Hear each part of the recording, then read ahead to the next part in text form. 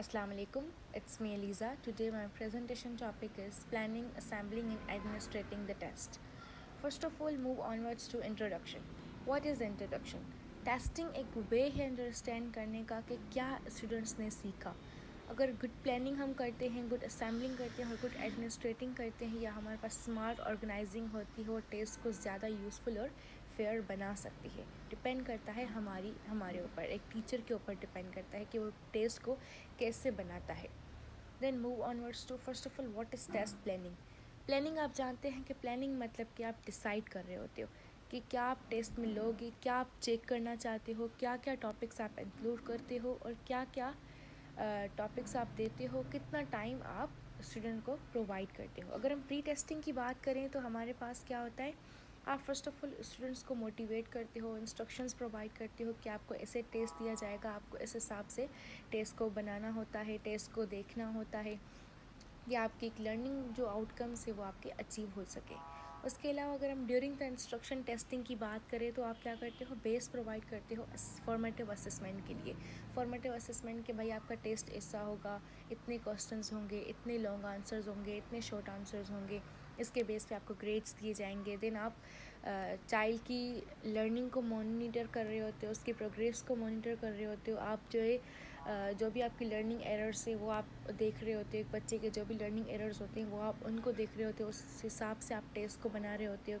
And eight last आप feedback provide कर रहे होते हो स्टूडेंट्स को कि आपका टेस्ट ऐसा था. अगर फॉर सपोज़ आपने एक चाइल्ड को क्विज़ दी तो उसमें उन्होंने 5 मार्क्स लिए, तो आप उसको बताते हो कि आप ज़्यादा इम्प्रूव कर सकते हो उस चीज़ को, तो आपके ग्रेड्स भी अच्छे आते हैं और आप आगे प्रमोट भी होते हो. मीन्स कि आप अगर हम बात करें end of the instruction testing की, तो आप उसमें क्या देखते हो कि जो आपने ऑब्जेक्टिव्स बनाए थे वो आपके अचीव हुए या नहीं हुए by the help of assessment और by the help of formative assessments. Okay, अगर हम बात करें प्लानिंग की, तो फर्स्ट ऑफ ऑल आप क्या करते हो, टेस्ट पर्पस को डिटरमाइन करते हो.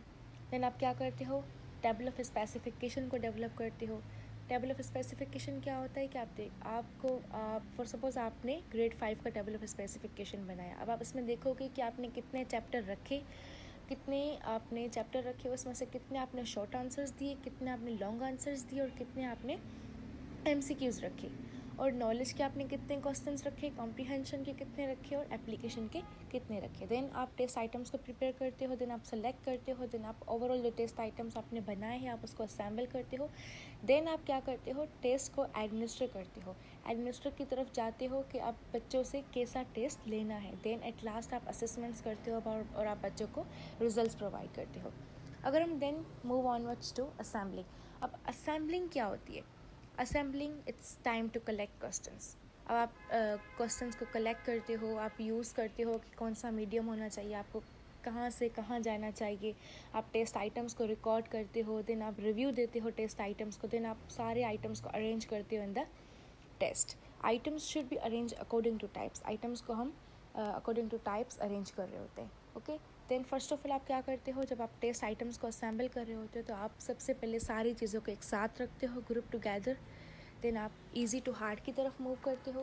देन आपको लाजमी आइटम्स के बीच में स्पेस देना होता है कि आप रीडिंग डिफ़िकल्टी ना हो बच्चे को. देन आपको नेम एंड डेट के बीच में भी आपको स्पेस देना होता है. देन आपकी जो डायरेक्शंस है वो should be precise, should be error free. Then at last आपको प्रूफ रीडिंग देनी होती है कि क्या आपने सही पेपर बनाया है या नहीं. Paper should be error free. अगर जो आपकी देन एट लास्ट आप जो आंसर कीज़ लेते हो, जो आप आंसर की बनाते हो, वो मस्ट बी चेक केयरफुली. आपको सेक्शंस देखना होता है कि कौन सा सेक्शन है, कितने स्टूडेंट्स है, कौन सा पार्ट है, तो ये सब आपको उस चीज़ में देखना होता है. Then all the items must be unbiased. जो भी आप आइटम्स वगैरह रख रहे हो और जो भी आप आइटम्स के ऑप्शन रख रहे हो वो सेम पेज पर होने चाहिए. आपके जो टेबल्स हैं, charts, diagrams, pictures must be properly illustrate. Then move onwards to administering the test. अगर हम एडमिनिस्ट्रिंग द टेस्ट की बात करें तो हम उसमें रिप्रोडक्शन ऑफ द टेस्ट पर आ जाते हैं. फर्स्ट ऑफ ऑल हमें प्रिंटिंग को मैनेज करना होता है. हम प्रॉपर प्रिंटिंग करते हैं, प्रॉपर प्रिंटिंग मेंटेनेंस करते हैं, फ़ोटोकॉपी मेंटेनेंस हमारी होनी चाहिए, पेपर प्रिंटिंग हमारा प्रॉपर होना चाहिए, हमें गुड क्वालिटी का पेपर और प्रिंटिंग यूज़ करनी चाहिए, हमें केयरफुल होना चाहिए जब हम टेस्ट को बना रहे होते हैं. And then manage confidentiality of the test.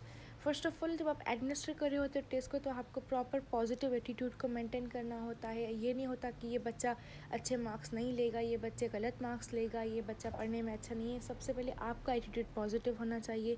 फिर आप हर स्टूडेंट को इक्वली एडवांटेज दें। देन आप कंटिन्यूसली एवरी स्टूडेंट को मॉनिटर करें, आप डिस्ट्रक्शन को मिनिमाइज़ करें। आपको टाइम वार्निंग बार बार देनी होती है स्टूडेंट को कि बच्चा अभी 30 मिनट्स लेफ्ट, 20 मिनट्स लेफ्ट, कि बच्चा अपने टेस्ट को वाइंड अप कर सके, वाइंड अप की तरफ जा सके। देन आपको सारे रूल्स एंड रेगुलेशंस को क्लैरिफाई करना होता है। Then you have to collect test uniformly and then at last आप क्या करते हो, आंसर शीट्स को काउंट करते हैं। अगर हम टेस्ट की बात करें तो हमारे पास 2 टाइप्स के टेस्ट होती हैं स्कोरिंग टेस्ट में, एक पॉइंट मेथड और एक रेटिंग मेथड। अगर हम पॉइंट मेथड पे जाएं तो वहाँ पर हमें सिर्फ क्वांटिटेटिव अप्रोच मिलती है, लेकिन अगर हम रेटिंग मेथड पे जाएं तो वो हमारे पास क्वालिटेटिव एंड क्वांटिटेटिव दोनों अप्रोच हो जाती हैं। देन अगर हम बात करें टेस्ट टेकिंग स्ट्रेटजीज़ की, तो टेस्ट टेकिंग स्ट्रेटजीज़ में हमारे पास स्टूडेंट्स को सारे इंस्ट्रक्शंस को फॉलो करना होता है। पहले वो सारे इंटायर पेपर को रीड करे, then from easy to hard move करे, पहले इजी क्वेश्चंस अटैम्प्ट करे, देन हार्ड जो नहीं आ रहा फ़िलहाल छोड़ दे। So in this way proper planning test की जाती है। That's all. Thank you ma'am.